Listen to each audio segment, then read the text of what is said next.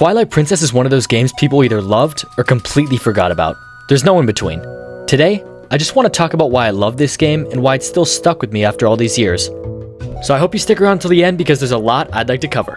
When it comes to Twilight Princess, there's no mistaking it. This is the Zelda game that went dark. Twilight Princess is the only mainline Zelda game rated T for teen. That wasn't some accident. Nintendo deliberately leaned into a heavier, more mature aesthetic. Fans were complaining about Wind Waker being too cartoony. They wanted another realistic Zelda game, and Nintendo did not disappoint. You start off in Ordon Village, a calm, peaceful countryside setting. Link is a quiet ranch hand who likes to chat with villagers and fish in his spare time. And then out of nowhere, everything shifts. You're forced into this shadowy version of Hyrule by a Twilight creature, then turned into a wolf and chained up and imprisoned in the castle sewers. I remember being 6 years old and just being completely lost, like running around the sewers being chased by these like Twilight squid things. Yeah, and the blurry GameCube graphics in my 23-year-old TV didn't make it much better. Oh, and if you played Twilight Princess as a kid, I guarantee this scene made you jump. Now I want to cover one of the most important and niche things that this game did flawlessly, and that is the cutscenes. No Zelda game before it leaned so hard into cinematic presentation. The twilight spreading across Hyrule and covering the castle, or the execution of Ganondorf, literally made you feel like you were watching a Zelda movie. It's not that earlier Zeldas didn't have good cutscenes, but Twilight Princess made every moment feel staged and deliberate. And the best part? It worked. Like, we all got goosebumps at this scene. What really makes Twilight Princess stand out from other Zelda titles was its unified aesthetic. Everything feels grounded in a more realistic style. The villagers in Ordon, for example. They all have sharp, exaggerated features that give them such a distinct look. And then there's Midna. Her design is unforgettable. From the moment she appears, she feels strange, almost unsettling. But that's exactly what makes her work so perfectly in this world. Well, on the topic of design, if I had 3 words to describe the bosses and dungeons, they'd be pure, cinematic spectacles. The dungeons didn't feel like chores to complete. They were the kind of levels you wanted to explore 100%.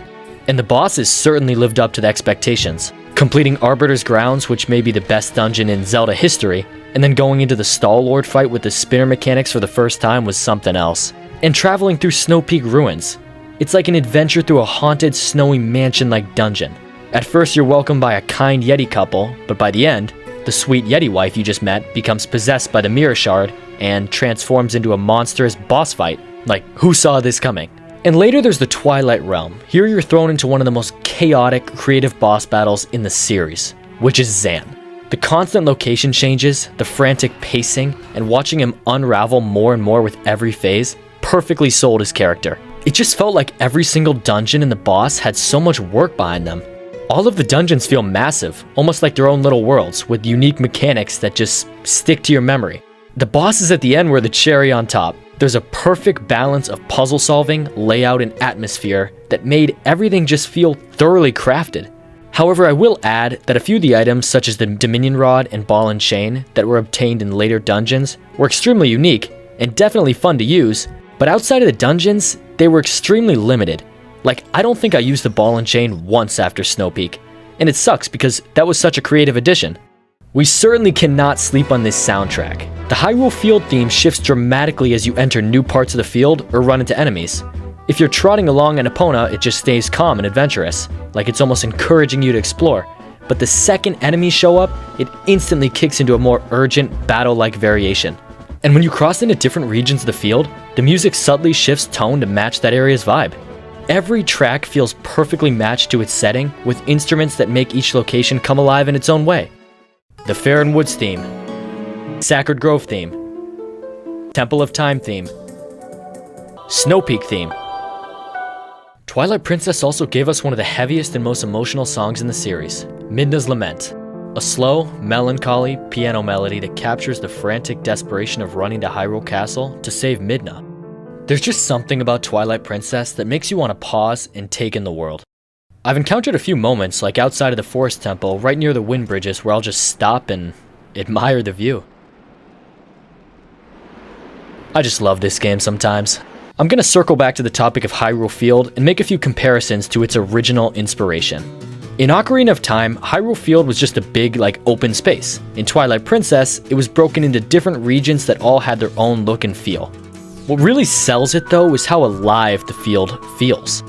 Running over bokoblins on horseback, nabbing heart pieces lodged in trees, and the birds that would keep focusing you even at max speed on your horse somehow.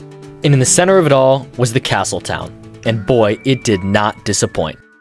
The castle town being much more interactive and larger than Ocarina's was another addition that I loved. It felt like a place you could just hang out for in a while, go shopping, or actually want to go up and talk to the castle town NPCs. Now I'm gonna stay on the topic of Ocarina, and for good reason, since the similarities between the two are quite noticeable and definitely intentional. Like the starting forest dungeon, fire dungeon, water dungeon, fishing, even the theme when you run up the stairs before meeting Ganondorf, which was really cool.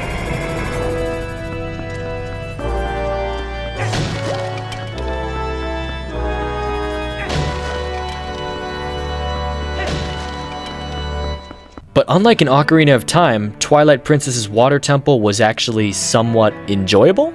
Nintendo clearly wanted this to feel like a spiritual successor. Now, is this a bad thing? Not at all. In fact, it's not ridiculous to say that these were the two best Zelda titles to come out before Breath of the Wild. Players wanted Zelda to feel serious again, to feel like it had weight, and Nintendo delivered. This was the Zelda that took an Ocarina blueprint and through its own aesthetic, made a game right on par. It's what a Zelda game should be. Cinematic, heavy, and epic. There is just so much brilliance to cover in this game, but I do feel like I need to address a couple of criticisms. The Ganondorf fight at the end was amazing. The cinematic anticipated tension, everything leading up to it, was masterful. But if we're being honest, the fight was extremely easy. Like, really easy. In fact, the whole game has a reputation for being too easy, or at least the enemies were. Even late in the story, the mobs don't hit very hard, and as epic as the bosses looked, their damage output was extremely weak. And yes, I know there is a hero mode, but I am referring to the original game. While on the topic of combat, I'll need to cover the addition of the hidden skills. This was an amazing idea. Nintendo designing cutscenes where Link learns ancient sword techniques from the hero Shade, who's actually the hero at times ghost. Genius.